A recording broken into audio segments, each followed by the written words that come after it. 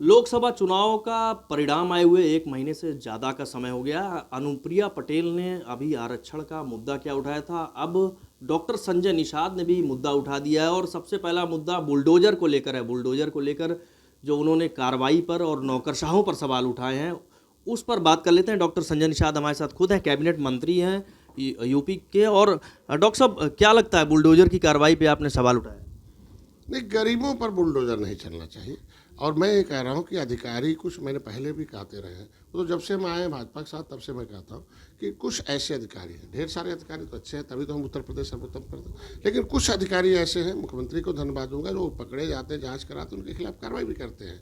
और उन अधिकारियों की वजह से किरकिरी हो रही है कि गरीब आदमी 100 साल से है, वहाँ बुलडोजर चला दें। जैसे जौनपुर में एक महिला, उसने एक प्रधान जो है सफाई था, उसके खिलाफ कंप्लेन किया, कंप्लेन सही भी पाया गया और उसके खिलाफ उसने महिला के खिलाफ कर दिया कि नहीं बंजर में है, और उसको 1.5-2 महीने के अंदर करा के उसको गिरा दिया, आप खुद ही कब्जा कर रखा। तो मैंने मतलब उसको अधिकारी उस महिला को नहीं उजाड़ रहे हैं, बल्कि वह हम लोगों को उजाड़ रहे हैं। इसी तरीके से आप देख लो, बहुत है। मैं पहले कह रहा हूँ ना, देखो आरक्षण का मुद्दा मेरे हैं, अधिकारियों ने उलझा रखा है। हम कह रहे हैं कि जब संविधान में लिखा ऑलरेडी केवट मल्ला बिंद कश्यप कहार धीवर रखवार बाथर तुरैया, ये जो मझवार गौड़ तुरैया खरवार बेलदार खरोट कोली 7 नामों से तो परिभाषित कौन करेगा?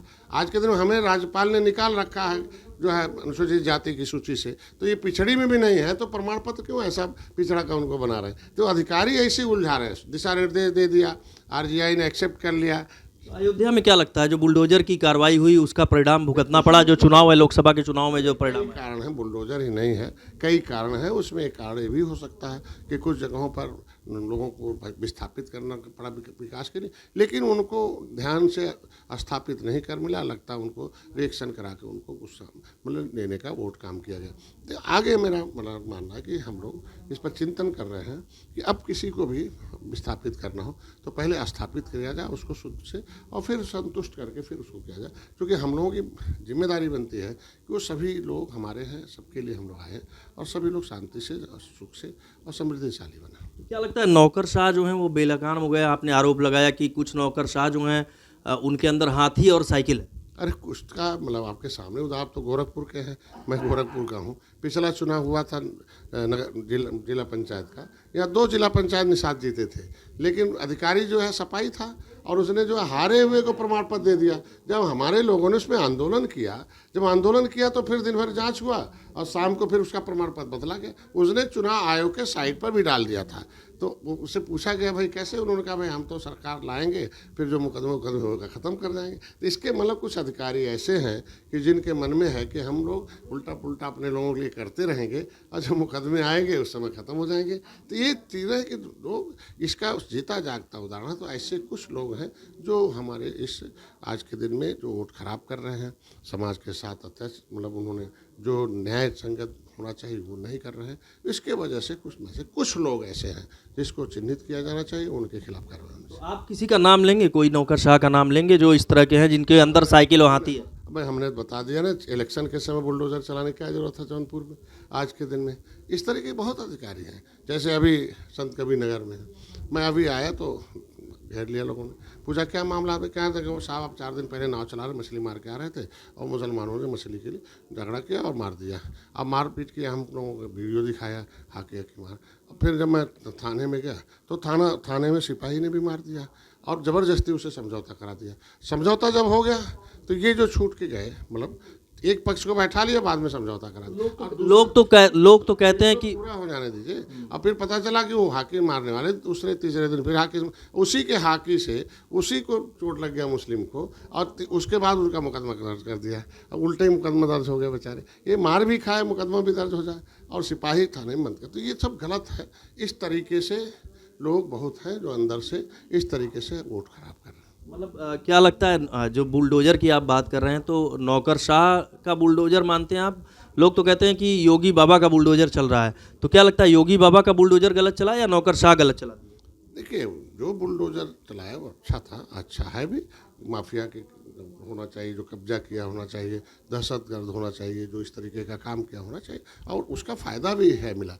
कुछ ऐसे 1-2 अधिकारी हैं जो इस तरीके का वोट खराब करके एक किसी आदमी के साथ गलत किया गरीब को, तो पता चला उस गांव के लोग नाराज़ होते हैं, नात रिश्तेदार नाराज़ होते हैं, तो ढेर सारा वोट नुकसान होता है। तो ऐसे गरीबों के प्रति कुछ एक अधिकारी ऐसे हैं जो कहते हैं ना कि एक मछली पूरे तालाब को गंदा करते हैं, तो ऐसे पर हो रहा है। तो उसको हम लोग अब सुधारेंगे, चिंतन कर रहे हैं।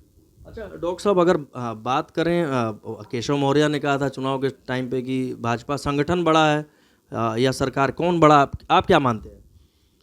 अरे दुनिया में लोकतंत्र कहते हैं ना कि लोकतंत्र में कि the real God is voter है।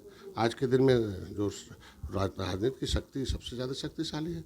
तो किसी को सुख चाहिए तो सत्ता देती है, और सत्ता जो है वो शक्ति से मिलता है, चाहे वो जनशक्ति हो, चाहे धन शक्ति हो, चाहे मातृशक्ति हो, चाहे बुद्धि शक्ति हो। ये कहाँ से आता है? संगठन से आता है। मतलब सत्ता संगठन देती है। कहते हैं ना कि संगठन की शक्ति हो है, और नेता का नेतृत्व हो, और जनता का समर्थन हो, तब जाके सत्ता मिलती है। तो अगर संगठन हमारा नीचे जाके काम करता, पार्टी की विचारधारा, सरकार चलाने के लिए पार्टी चाहिए, सत्ता में संविधान के कानून लागू करने के लिए सरकार चाहिए, सरकार के लिए पार्टी चाहिए, अब पार्टी चलाने के लिए कार्यकर्ता चाहिए। तो असली में पार्टी को खड़ा बड़ा कार्यकर्ता करता है, और कार्यकर्ता ही निचले पावदान पर जाता है और सबको ऊपर बढ़ाता है। तो कार्यकर्ता तो दिल का है, हृदय सम्राट है, देवतुल्य है, वो रीढ़ की हड्डी है, तो उसका तो बड़ा स्थान मिलता ही है। लग रहा है बुलडोजर जो कार्यकर्ता उनके भी घरों पर चला है और लोगों के घरों पर चला है, और जो तमाम जो पुरानी पेंशन बहाली के मुद्दे थे, तमाम ऐसे मुद्दे थे, युवाओं से जुड़े हुए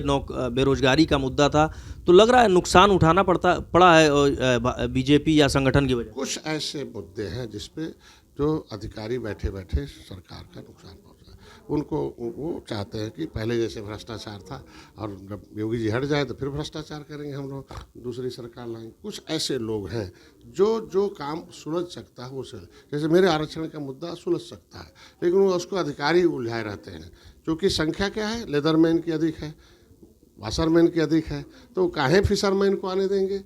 तो वो हमेशा उसको पढ़ते ही है ना, तो टेबल पर पहुंचाते हैं कि भाई उत्तराखंड में शासनादेश हो गया कि शिल्पकार जाति नहीं जातियों का समूह है, तो मझवार जाति नहीं जातियों का समूह है। जब हम पिछड़ी से निकाल दिया, राज्यपाल ने नोटिफिकेशन कर रखा है कि केवट मल्ला बिंद कश्यप कहार धीवर रायकवार बाटम तो रहा, ये पिछड़े नहीं है, यहाँ से अनुसूचित माने जाए। तो राज्यपाल के नोटिफिकेशन के बाद तो या तो फिर डिनोटिफिकेट किया जाए, नहीं तो फिर जब उस पर तो कोई कोर्ट चलता नहीं है।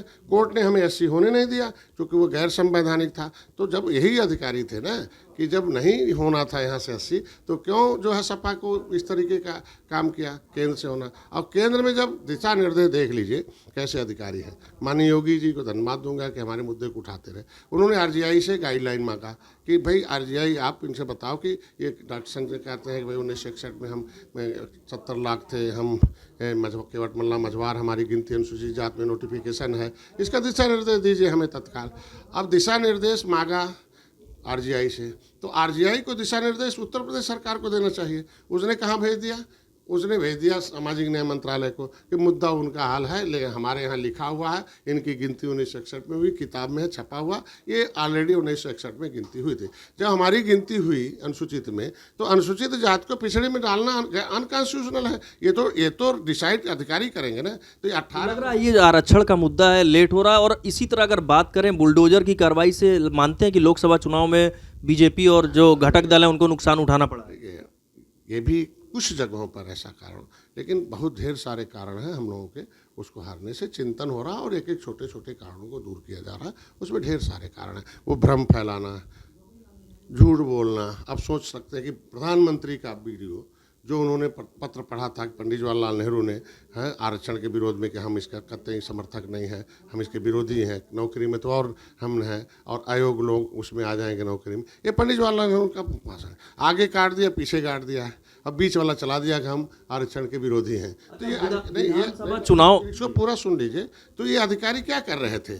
क्यों नहीं ऐसे एडिट वीडियो, जब हम भाई हमारी सरकार तो थी नहीं जब आचार संहिता लग गया, तो यही अधिकारी तो जो कार्रवाई करनी चाहिए थी कि भाई चुनाव आयोग के अंदर रहने वाले कि कैसे प्रधानमंत्री का एडिट वीडियो चल रहा, मुसलमानों का आरक्षण हम खत्म कर देंगे ये कहा था गृह मंत्री ने, उसको काट दिया, कहा नहीं हम आएंगे तो आरक्षण खत्म कर देंगे। तो ये फर्जी चीज़ चलते रहना, इसके मतलब आपने अवसर दे दिया कि वो जीत जाए हम लोग हार जाएं। तो ये तमाम ऐसी चीज़ है। जब चुनाव आयोग ने कहा कि कोई फ्रॉड बात नहीं करेगा, तो 8,500 रुपया देना, रेवड़ी की बात नहीं करेंगे, हम 1 लाख रुपया दे देंगे, कार्ड भरा जा रहा। ये कहाँ थे अधिकारी? ये तो ये चीज़ें हैं, ये तो बहुत इसमें विसंगति है। तो ये सारा चीज़ जो भ्रम फैलाया उनको फैलने दिया। साइबर क्राइम का कहाँ चले गए, क्यों नहीं इनके खिलाफ किया? प्रधानमंत्री छोटा चीज़ थोड़ी होता है, प्रधानमंत्री का एडिट वीडियो बनाकर चुनाव वोट ले सकता है, तो जनता का कैसे एडिट वीडियो नहीं होगा? हम कैसे एडिट वीडियो बनाकर तमाम चीज़ प्रचारित कर सकते हैं? उपचुनाव है विधानसभा की 10 सीटों पर, तो क्या आप मांग करते हैं, कितनी सीटों पर आप दावे ठोक रहे हैं? अरे यार, हम लोग मिलकर चुनाव लड़ते हैं, एनडीए हम लोग हैं, साथी हैं। साथी का मतलब फायदे में भी साथ रहे, घाटे में भी साथ रहे। तो हम लोग फायदे में भी साथ रहे, घाटे में भी है। और 2027 जो 10 चुनाव है उसमें हम लोग मिलकर लड़ेंगे। और भारतीय जनता पार्टी की परंपरा रही है, जो दल जिस पर लड़ता है उसको उससे लड़ते हैं। आज मैं 11 सीट हारी हुई लिया था भारतीय जनता पार्टी को, 9 सीट जीत कर दिया हूँ।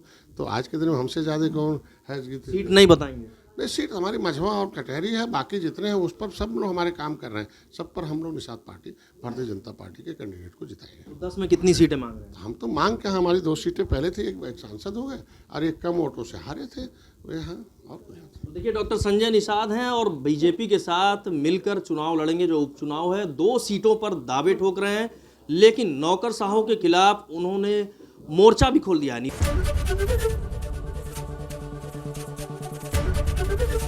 एबीपी गंगा, खबर आपकी, जुबान आपकी।